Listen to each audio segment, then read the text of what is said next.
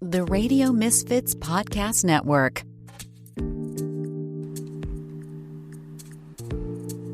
Hi, everyone, and welcome to Planted with Sara Pion. I'm Sara Pion, your host, and today we have David Paleschuck here. He is the author of Branding Bud and has a new book out called Cannabis versus Marijuana. Actually, it's going to be out in the beginning of the year. It's Cannabis versus Marijuana, Language, Landscape, and Context. He is a CPG branding expert. He has over 20 years of global brand building experience, and he is so incredibly well versed in cannabis branding, and I'm so excited to have a conversation with you, David, about the new lexicon in cannabis, because it's something that's dearly, dearly needed. So welcome to the show. Thank you, Sara. It's great to be here with you. First question, what was your first cannabis experience? Well, my first cannabis experience is pretty funny, actually, in hindsight. I was the kid that always got teased for never consuming when I was in high school. And my older brother once gave me a joint and said, if you're ever going to smoke this, because at least you know it's good and you know where you're getting it from. And I probably kept that joint for over a year and never smoked it. And for some crazy reason, I decided to smoke by myself in my car as I was getting out in 12th grade to go to my girlfriend's Halloween party. And I ended up basically sitting down on the sofa and staring at the wall for hours. And while I couldn't move or really couldn't do anything, I heard everybody talking about me. And so in one night, Halloween night senior year, I went from Mr. Goody Two-Shoes that never consumed cannabis at all to what a druggie he is. So that was my first experience, and last for quite some time before I got into college. But so it's amazing what maybe an hour can do to your reputation. Indeed, especially when you're younger. So you've had a very rich experience with your career in branding. Like you've worked for a lot of large corporations. When we were speaking before we were recording, you'd mentioned American Express amongst several other companies. What made you change from like where you're getting your chops doing all the branding for these large corporations to the switch to cannabis? Well, I should say, I'll start off with my passions in life. I was a professional skateboarder, although I certainly don't look like one or speak like one, but I was a professional skateboarder. I loved skating. I loved art and design. I went to Parsons School of Design for undergrad and came out and owned an art gallery for almost 12 years in New York City. And so just being around skateboarding and being around art and design, obviously I was around cannabis. Yeah. And over time, had a love for cannabis, and then the economy fell apart, in around 2000, and nobody was buying art anymore. So I closed my gallery in Soho, and went back to school for my MBA. When I came out of school with student loans for my MBA, I realized I needed to take some of the offers that I was getting from some of the large companies that look for MBAs. So I ended up working for American Express, and then from there MasterCard for many years, and then from there Pepsi. And then I was recruited from New York out to Seattle for Microsoft. And I was at Microsoft for 7 years, just under 8 years, in basically branding and marketing. I was part of the entertainment and devices division, which was a combination of the Xbox and then at the time Zune, which was Microsoft's MP3 player. They were just launching, and 3 months after that, the iPhone came out. So it was no longer about MP3 players; it was about smartphones. But nonetheless, I had all that time and all that experience within branding and marketing at large companies. And those large companies, to a large extent, yes, they're CPG, but at American Express and MasterCard, they're credit card marketing. And credit card marketing is really what I term is trust marketing. it's don't leave home without it, or it's the priceless campaign. And we've come to know these brands, but trust marketing is really interesting. And then also working at Xbox and owning an art gallery and being a skateboarder, that was really all about lifestyle. And so here I was in 2012 working at Microsoft, not very happy with what I was doing. And the I-502 law passed, which is the adult use law here in Washington State. And on that day that law passed, I decided to leave Microsoft and to get into the cannabis industry. And I did that because I really felt that, well, one, I saw lots of my friends leaving Amazon and Starbucks and Boeing and Microsoft all in the Seattle area to get into the industry. But I also realized that what I had a talent for was really lifestyle marketing and lifestyle branding and trust marketing and trust branding, if you will. Well, lifestyle and trust totally come together and converge in the world of cannabis, where we're all about the lifestyle, but we're all about the product, and we're all about the promise behind the product and the quality behind the product. And so I thought this was really a sweet spot for me. So I left Microsoft and I started to consult initially to dispensaries that were opening up. And because I had owned a gallery for so many years, I knew how to merchandise, and I knew how to set up displays, and I knew how to, shine lights on objects and charge lots of money for them. So I found my place in the industry pretty quickly, really working with dispensary owners. And then from there, met the owners of Dope Magazine and went to go work for Dope Magazine for 4 years. So I learned a lot about the industry. I learned a lot about the people in the industry, met a lot of people, and little by little just became, entrenched in it. And that was really my transition. That's very cool. Yeah, Dope Magazine, that was actually one of the first magazines that I had an interview in, and I've always loved David Tran. He's a really... I've loved watching him and the interesting things that he's done. It's interesting to see too, like how print has changed so much in cannabis, like all the different magazines at that time when you were part of Dope that existed, and now looking at the landscape, it's a very different thing, and we're seeing, I don't know, it seems like the magazine sadly is starting to go away. I don't know, what are your thoughts on that?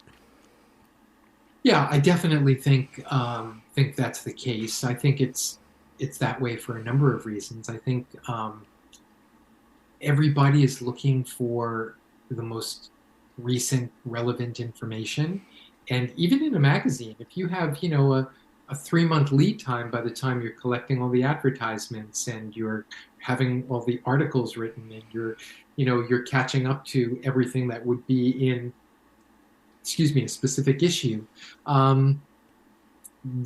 that's a 3 to 4 month lead time. And 3 to 4 months in the cannabis industry is,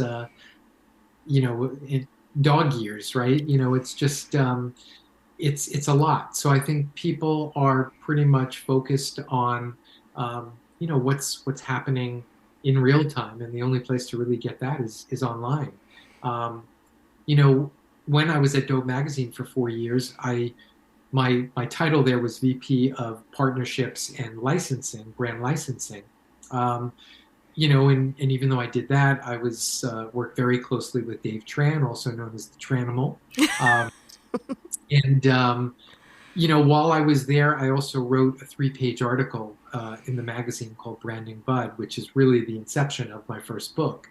And what was interesting was by the time I actually published the book, and gave all the work, turned over all the work, to my publisher. And by the time it actually got out into the market, there were so many brands that had either gone out of business or changed their branding, their look and feel, not only because maybe they wanted to or they felt they needed to, but also because many of the laws had changed. So there were different icons, different warning labels, all sorts of things which had changed. So everything changes so fast in our industry that while it's exciting, I think that's why it's really difficult to run and manage a magazine, especially in this industry. Yeah, yeah, absolutely. Yeah, the compliance issues that we have with branding and advertising are very unique.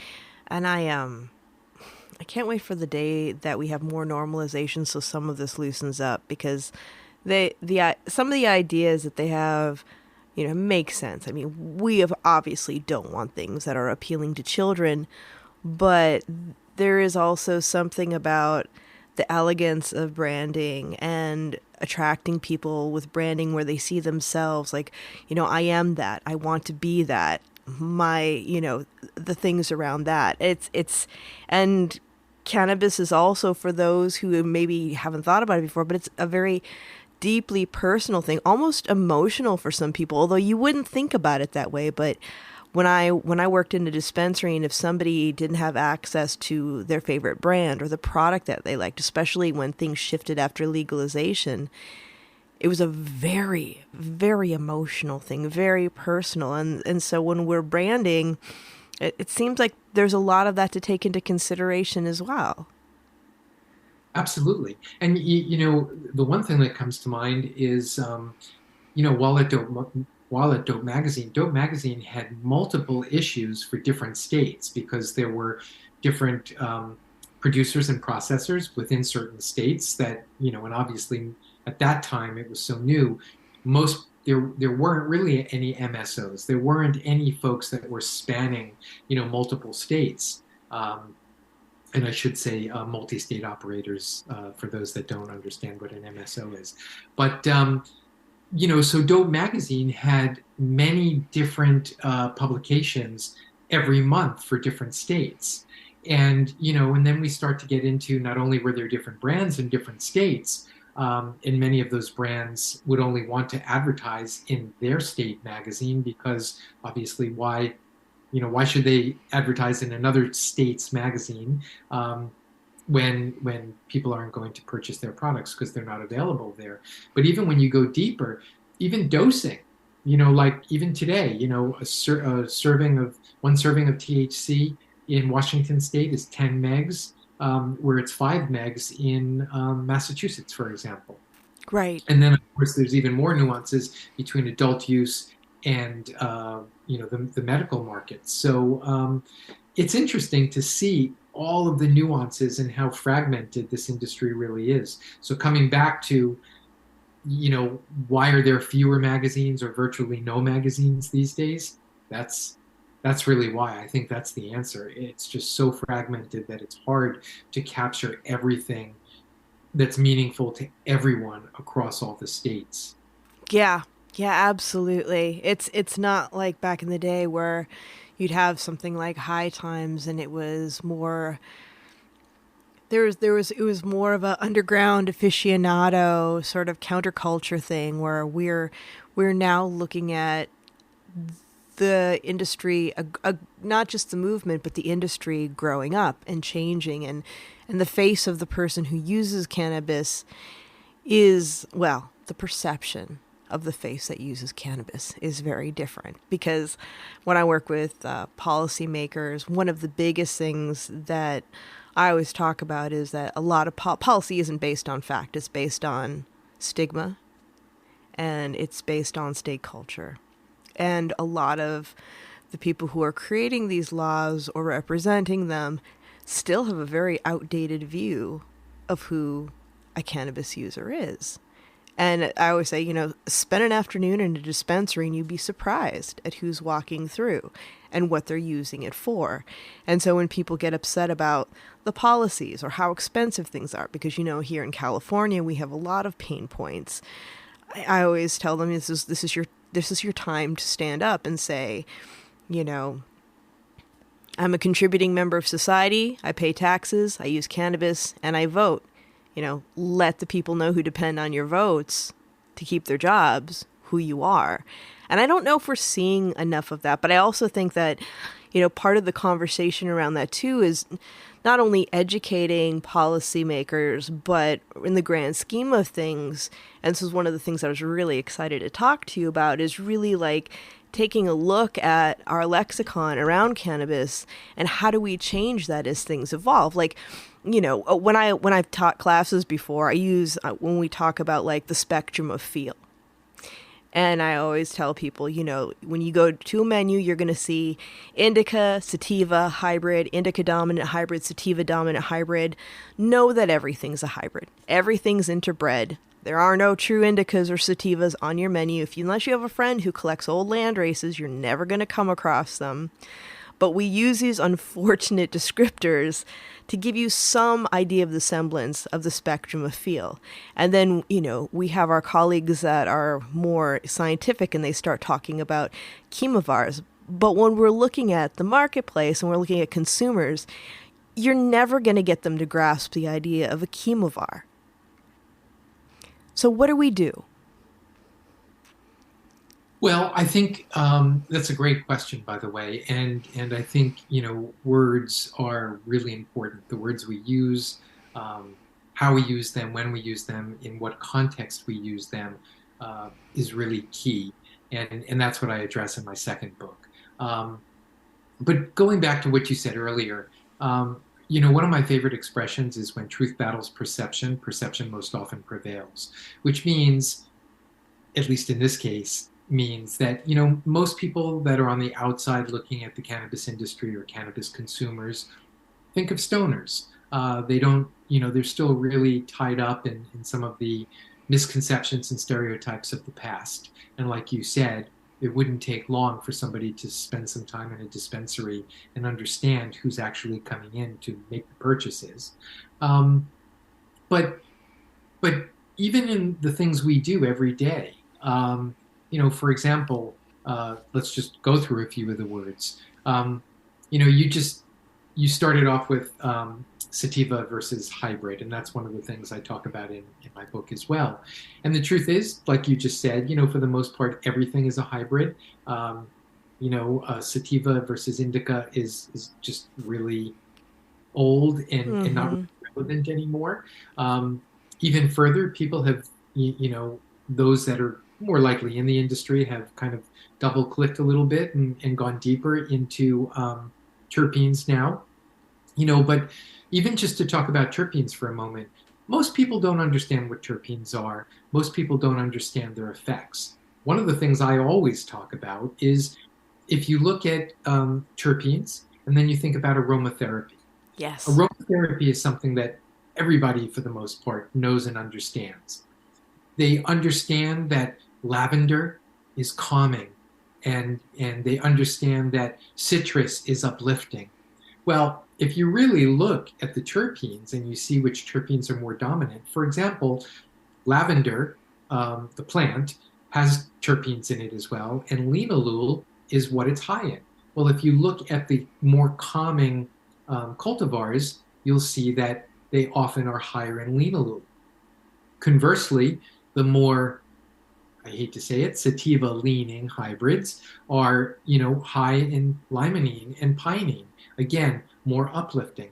So if we're able to share this model and talk about it in the aromatherapy version of the model, people understand it. People will say, oh, wow, isn't that interesting? I never thought about it. That's why, indicas, and I'm doing air quotes now, indicas, give me couch lock and perhaps, high performing sativas, for lack of a better way of saying it, might even cause a little paranoia or beyond the uplift, if you will.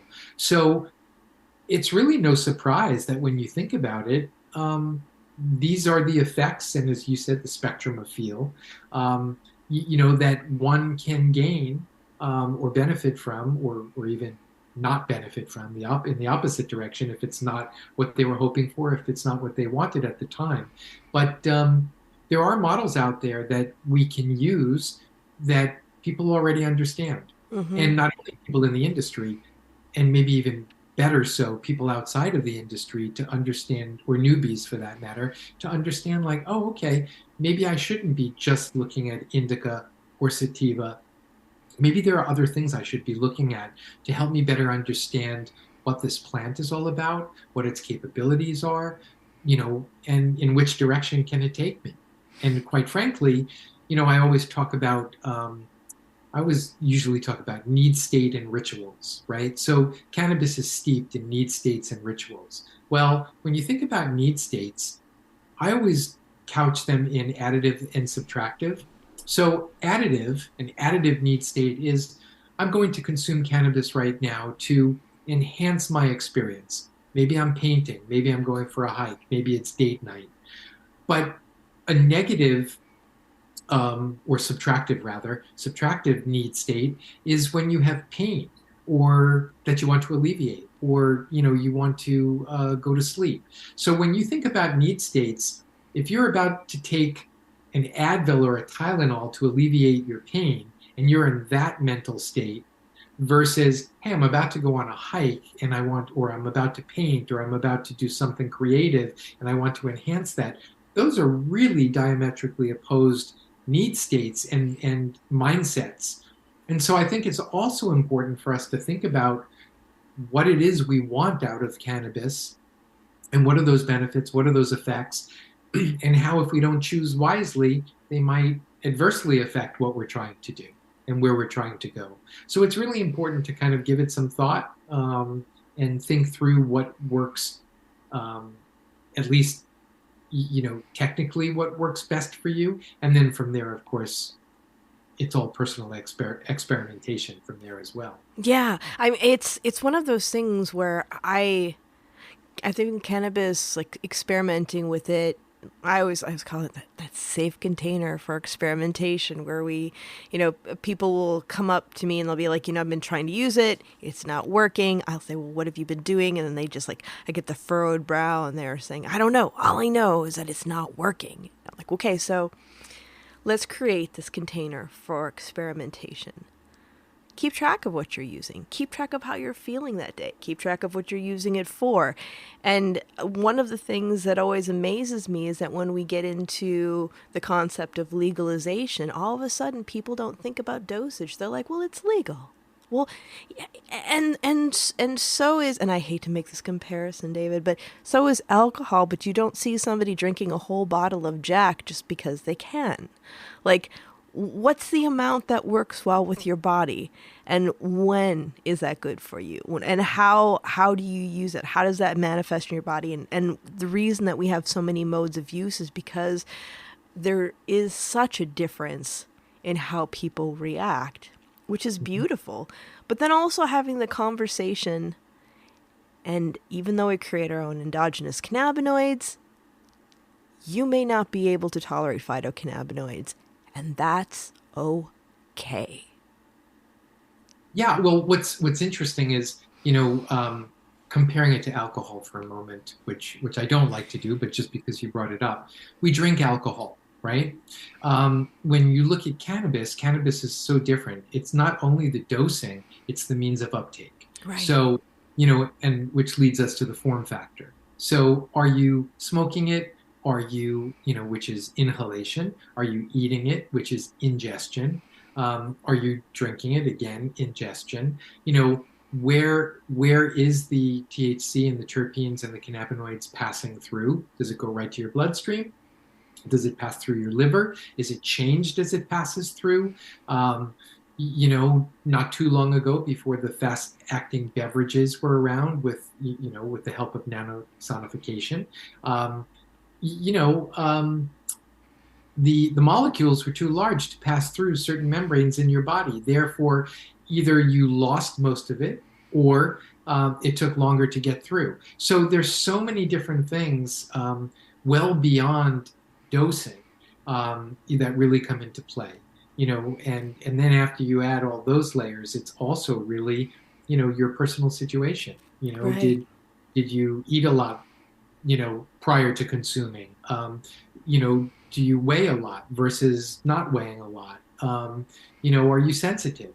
There's so many different things. So form factor, means of uptake, dosing, and personal, matters all come into play and really have everything to do with how we feel the effects of cannabis. Yeah, and with drinks, I'd also like to add that with nano-emulsification, you don't have that nasty sludge to get past. That's true. And on top of that, now drinks taste much better because producers were adding all the sugar and all the flavor to hide all of the taste of the oil. So now, what's out in the market now, even in just the last couple of years, is dramatically different than maybe what was in the market 4 or 5 years ago in terms of both flavor, taste, uptake, and effects. Yeah, yeah. Going back to what you were talking about when we were discussing terpenes and also aromatherapy, I always would have a terpene kit when I would teach, and people would say, "Oh, should I have one of these for home?" And it was a good tool to illustrate like the isolated aromas of these terpenes, but it was also a good conversation around, no, no, you don't, because if you do have a background in aromatherapy or you have any knowledge of it, you also understand that you can't use most of those oils neat. They need a carrier oil. This is more intense than that. And I think like when we look at some of the products that were coming out when terpenes were really on everyone's lips, I used to wonder, are they really being mindful of the amounts of terpenes that they're reintroducing into the products? Because they do have, some of them have solvent-like effects.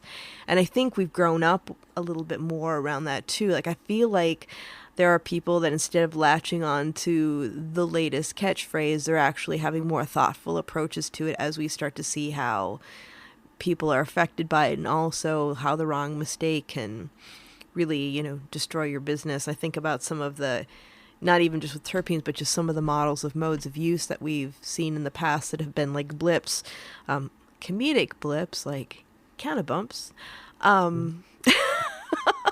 I was thinking about that when you said that.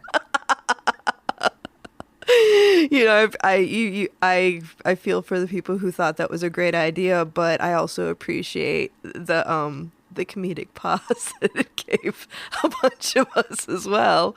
But it seems like we're like in a very interesting growth state when we look at these. And how do you see branding evolving? Because one of the things that I've noticed is, we went from, for a while there, there was no branding and we didn't talk about the grower. It was just everything in bottles and bags. And, you'd have edibles that might have cute branding. But then when we got into legalization, we started seeing more and more branding. And in the illicit market or the traditional market, it seemed like there were a lot more things that were more kind of cartoony and that were going towards a certain demographic. And then in some of the more, in the legal dispensaries that were positioning themselves as more sophisticated, we were seeing things that were much more streamlined in their branding, but maybe more wasteful in their packaging. And I feel like there's a lack in branding that in representation in branding in some ways with the way companies, I've seen great products actually not be in the marketplace because those who were purchasing for their retail dispensaries did not like the branding. Yeah, I mean, the truth is, no matter what industry it is, often the buyers are the ones that really control things. But I just finished a course called the 14 Cannabis Brand Archetypes, and that's also carried out in my first book, Branding Bud, the Commercialization of Cannabis. And really what I started to notice right off the bat is, you're right, what you just said. Initially, in the early days of cannabis, basically it was whatever your dealer had is what you bought. Then at a certain point it was like, oh, do you want the brown or do you want the green? And little by little it started to, blossom. But what I saw initially after legalization took place was, at first, really there were still no brands. They were just available in Mylar bags or glass jars. Then all of a sudden, what really happened were the farm brands, and so And then little by little, it became more CPG related. Like, oh wow, this is a real product. This is a real brand. But the way I look at it now is, I talk about the 14 cannabis brand archetypes, and I believe that they're. And it's funny because nobody else has really done any work on brand archetypes. What the industry has done, or the research companies in the industry have done, is they've created personas for the people that buy cannabis, but they haven't been matched up with brand archetypes. So, for example, and I'll just go through a few. Celebrity is probably the most well-known brand archetype. And the last I looked, there were over 60 celebrity brands. And that's anything from Snoop Dogg to Bob Marley to, Ben from Ben and Jerry's, and you could go on and on and on. So celebrity. There's cultivator brands. So let's think Sherbinski or some of the other cultivators that now used to be in the dark and used to be in the shadows, but now they're out there. Their names are out there. They're known for their product. There's charity brands. So think or cause brands, I should say. Think about 40 Tons. Think about even though it's not necessarily a cannabis brand, the Lost Prisoner Project and how people associate onto that. Mm-hmm. So there's cause and charity.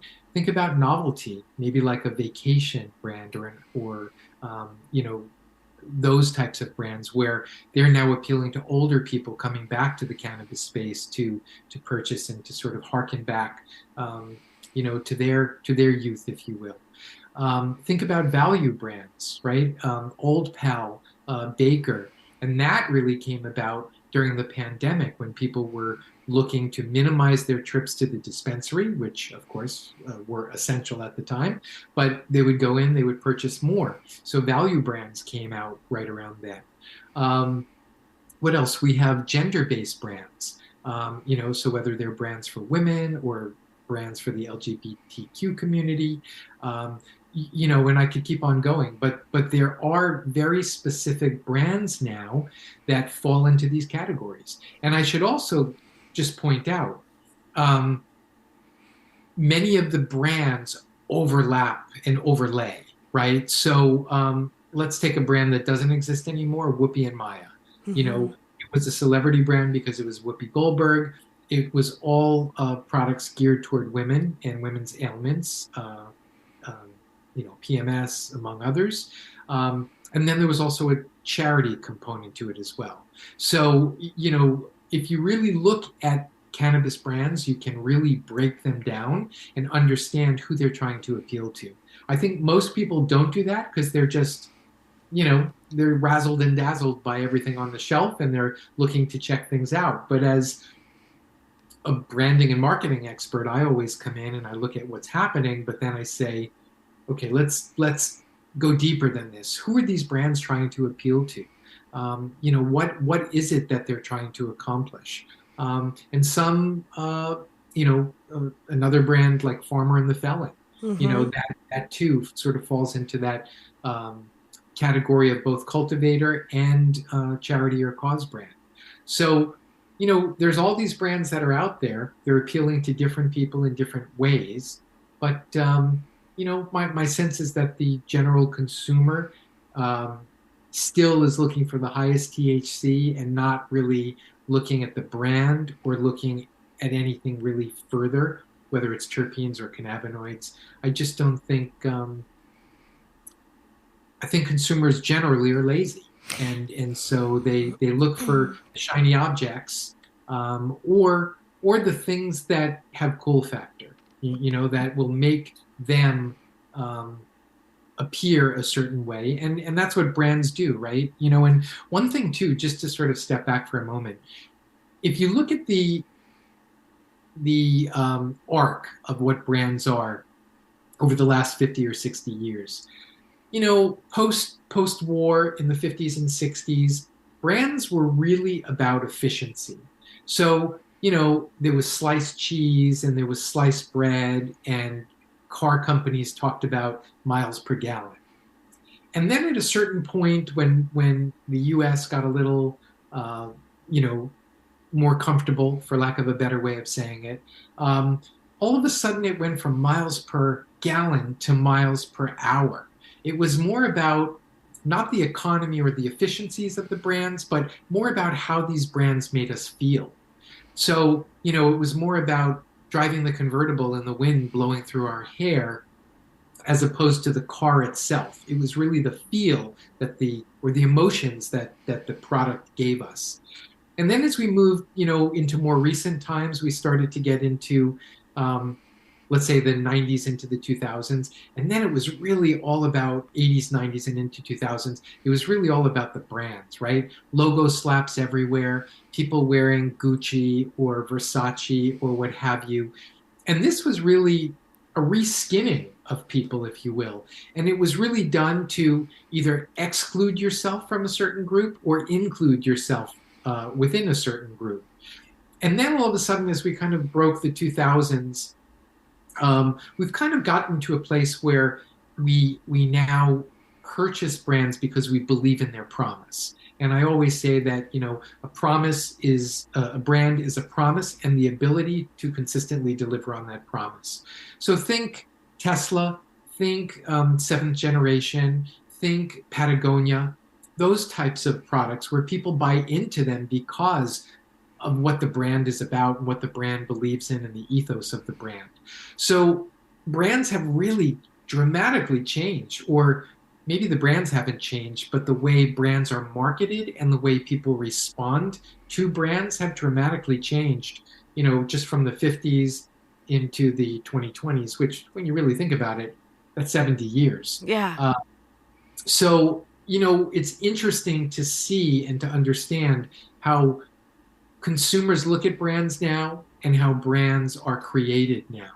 And, and how fast brands come and go, especially if they don't live up to their promise. And really, the promise can be anything, if it's a value brand, as long as they're bringing value. If it's a glitter brand, as long as they're bringing the glitter, but as soon as they miss on that, then all of a sudden the brand just didn't land the way people were hoping. And that's when brands kind of fall out of favor. But it's interesting to see how we look at brands, how we respond to brands, and how brands have been created. And cannabis is no different. Yeah. You know what I'd like to see in a brand is a dad brand that has pressed hash and Thai sticks and all the things that dudes of a certain age, the first few times they come into a dispensary, ask for. I mean, there are some. There's dad grass. Yeah. There are a few. I know that I was recently in Thailand and, got reacquainted with Thai stick, which, by the way, is, is really sort of an American version of what the Thai people were consuming. But it was really all about the GIs. It was all about American soldiers in Asia during Vietnam and, going for R&R, rest and relaxation in Thailand. Mm-hmm. So it's interesting to see that. But I know that exists in the Thai cannabis market. And the reason it does is because the Thai cannabis market is really focused on tourists. So, even for that matter, most Thai people that consume cannabis are not going into the dispensaries. Right. They grow it in their backyards or on their rice fields. But, the Thai market is really geared toward tourists. And in that sense, also, keeps the stereotypes going in many ways because of what we come to expect, or what we believe to be the case. They're just serving it up to the tourists there. Yeah. And so it's very much like that. But I think, and you said, dad brands, I think that also kind of comes into play with nostalgia as well, because the dads are coming back and saying, boy, I remember when I was a kid. And there are brands for that too. Yeah, I really enjoy the creativity around it. And, people look to brands to give them direction to fulfill needs. I was just recently revisiting the show Century of the Self, and the Edward Bernays. episode? Have you seen that? I haven't seen that episode. No. But Bernays and how he really, his work to like, through, social manipulation or well, the first PR guy, like getting women to smoke back like in the 20s. I wonder what he would think about advertising and branding today. Well, it's interesting. And, even I mean, advertising and branding has just changed so dramatically. I mean, if you think about the pink it and shrink it approach, if you make it smaller and you color it pink, women are bound to love it because they love small, dainty things that are pink, which is just so ridiculous when you really think about it. But that was the mentality of Madison Avenue in the 50s. Right. And now we understand that people are more complex than that, and that there's a spectrum of people with a spectrum of interests, and the world is more complicated, and people are more complicated than that. Right. And I still think there's always a push for the lowest common denominator, but I don't necessarily believe that finding the lowest common denominator is the right approach to building a brand. Well, and speaking of myths, this is one of my favorites, and I would love to hear your thoughts. Cannabis sells itself. Well, so when I came out with my book, Branding Bud, the Commercialization of Cannabis, so many people said exactly that. Cannabis sells itself. Cannabis branding is a joke. And you even writing this book is a joke. And more often than not, they were old school cultivators that hadn't come out of their basement in 20 or 30 or 40 years. So they were really out of touch with, consumers and consumer product goods. But I always challenge them, and here's my challenge to them. When and it's very much what I said earlier. When you have a dealer, and that dealer has a limited supply, and you have the opportunity to meet with that dealer to get some of that limited supply, you will take whatever you can get. And that's simple supply and demand. Mm-hmm. But over time, when you have more supply, or supply that equals demand, when you have convenience, there's a dispensary on every corner or almost every corner where I can go to and get whatever I want. Once I walk into that store, and then there's an array of products on the shelves now, and by the way, that you can't necessarily open the bag and smell. So, and use some of the maybe old school senses that you might have in the past, to see if this is the right cannabis for me. Now branding is everything. Now, let me just clarify. Sure, you may see the most beautiful bag or the most beautiful box, but at the end of the day, if somebody consumes it and they don't like it, sure, they won't come back to it. So quality has a lot to do with it. But at this point, I totally believe that branding has everything to do with cannabis, because convenience, supply and demand, and variety. And with those things, at the end of the day, it's not about, I'll take what I could get. It's more about, wow, I have all these choices. Which one should I choose? And then we fall into, our consumer, we put on our consumer hat, and, then we're shopping just like we shop in the supermarket or anywhere else. If price is an issue, then we're still looking for price. But if price isn't an issue, then we're looking for the next thing, which is, value. And then beyond that, it's a beautiful brand. And then beyond that, it's something that we could show up to the party with and associate ourselves with, because we want to look rich, or we want to look cool, or we want to look in the know. So brands have everything to do with that. And honestly, I'll finish this thought by saying I really feel bad for those cultivators that still think cannabis sells itself, because it doesn't anymore. Yeah, that's true. We're getting really close to our time, but do you have a little bit more time to talk?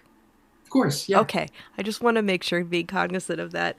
But when we are looking at that too, we're also drawing other people in. Like when people say cannabis sells itself, it's like, they're talking about preaching to the converted, right?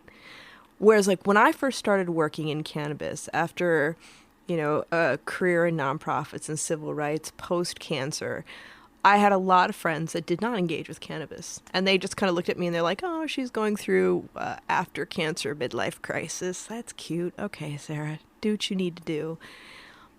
But as the industry started to evolve, and as I've been doing this for over a decade now, the same people that were like,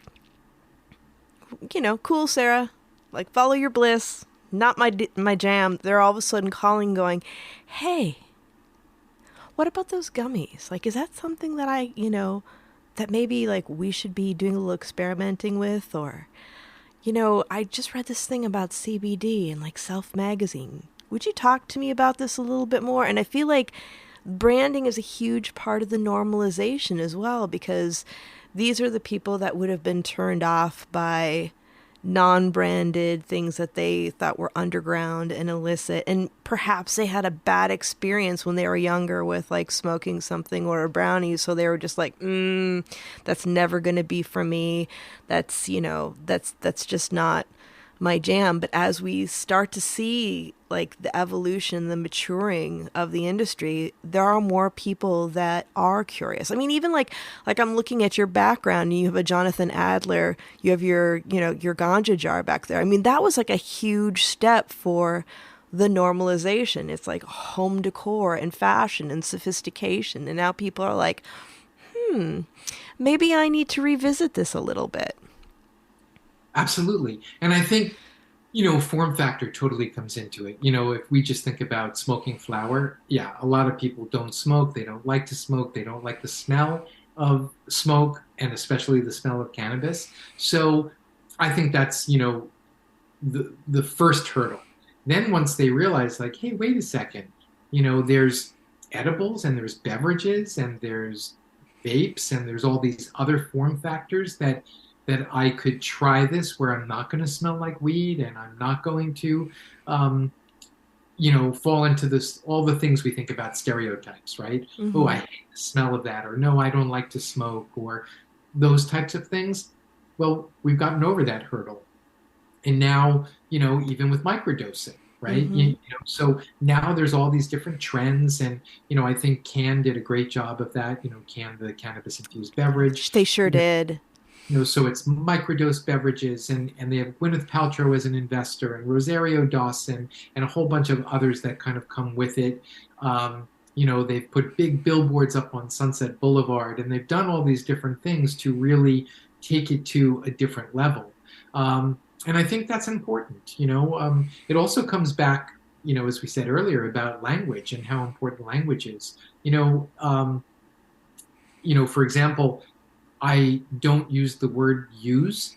I use the word consume. Uh, Mm-hmm. so one of the things that always turned me off was somebody would say, "Oh, do you use marijuana?" And I would be like, "No, absolutely not. I consume cannabis." So even just those slight nuances, so what we spoke about earlier, from indica to sativa, to use versus consume, adult use versus recreational. I think there's just ways that we could, take things further. For that matter too, strain. The word strain. Strain has nothing to do with botanics or horticulture. It has Right. everything to do with viruses and bacteria. So the fact that we ended up on the word strain when we should really be using cultivar or chemovar or other words that really relate back to horticulture and botanics, I think it's important for us to do that. And not only for us you know, to build, the right lexicon for us to use, but even further, as cannabis legalization globalizes, and we're talking to researchers and we're talking to scientists, maybe even most importantly, policymakers, we need to use the language that other people use if we're going to build bridges and start to normalize cannabis and really work toward the acceptance of cannabis. When I was in Thailand recently, it was interesting to hear the words that they would use, or even the words that I would use, and they would say, "Huh? What word was that?" So the more um, better known words, more appropriate words that we can use that can build bridges, I think the better off we are in terms of normalizing cannabis. I think it's really important. Yeah, I feel like we had a mind meld in the collective consciousness some time ago, David, because everything you're saying, I'm like, yes, right on. It's stuff that like we talk about, but I don't know if we get it out to the public as much as we need to, which is why I'm so excited to check out your book when it comes out. Let's talk a little bit more about that. Like, what are some of the things that your readers will be digesting in that book? Well, I think, the title of the book is Cannabis versus Marijuana, Language, Landscape, and Context. And I'll be honest with you, since I've been in the industry, there are words that are used that turn me off personally. And I think the best example is, do you use marijuana? No, I consume cannabis. And even though that might sound hoity-toity and trying to elevate, the words we use, I think it's really important. Words have power. Absolutely. But as I started the book, I started off the book as we collectively should use these words because it will normalize cannabis. And then what I started to realize as I interviewed people and spoke to different people, that while that's important, context is really perhaps maybe even more important. So as I was speaking to attorneys, and I would talk about the word marijuana versus cannabis, and they would say, well, sure, we agree with you, but do you know when we apply for these licenses for our clients in certain states, if the state is using the word marijuana, and in our application we don't use the word marijuana, or even one attorney said marijuana with an H, and we decide to use the word cannabis because we feel it's the right word, we lose points on the application. So I was like, wow, that's really interesting. That's really intriguing. So now, sure, did the states and their applications foster stereotypes? Absolutely. Have we seen some states change? We have. In fact, Washington State, in its warning label, swapped out the word marijuana for cannabis now, a year or so ago. So we're seeing those changes, but we're also seeing that there are just systems that we need to follow. Another great example is everybody talks now about reschedule versus deschedule when it comes to the Controlled Substance Act and cannabis being a Schedule I drug. Well, as I started to speak to attorneys again, I realized that deschedule was a word used by lay people. Decontrol is the real word because you're taking it off the Controlled Substance Act. So, there are words that people just use without even knowing if they're the right words or why they're using that word, or they've heard somebody else use the word. And so I've reached out to a number of attorneys to even say, how come people are using the word deschedule instead of decontrol? And the attorney said, well, that's really because they're not, we're not writing this down in a legal brief. We're not going in front of a court talking about it. It's more conversation taking place on LinkedIn or some of the other, social networks, if you will. So we have lay people using words that don't fully understand the meaning or the breadth or the scope of those words, and then they're using those words out of context. Yeah. And so, so for me, the book is really about getting the folks primarily in the industry to align and get on the same page and to use the words in the same way within certain contexts. So, those outside are able to understand that we as an industry are on the same page. And then even further, and probably most important, is to use the words that scientists and botanists and researchers, and as I said earlier, most importantly, policymakers use. Because if we keep on using the word marijuana, for example, picture that policymaker who's 60 or 70 years old at this point in Congress or in the Senate.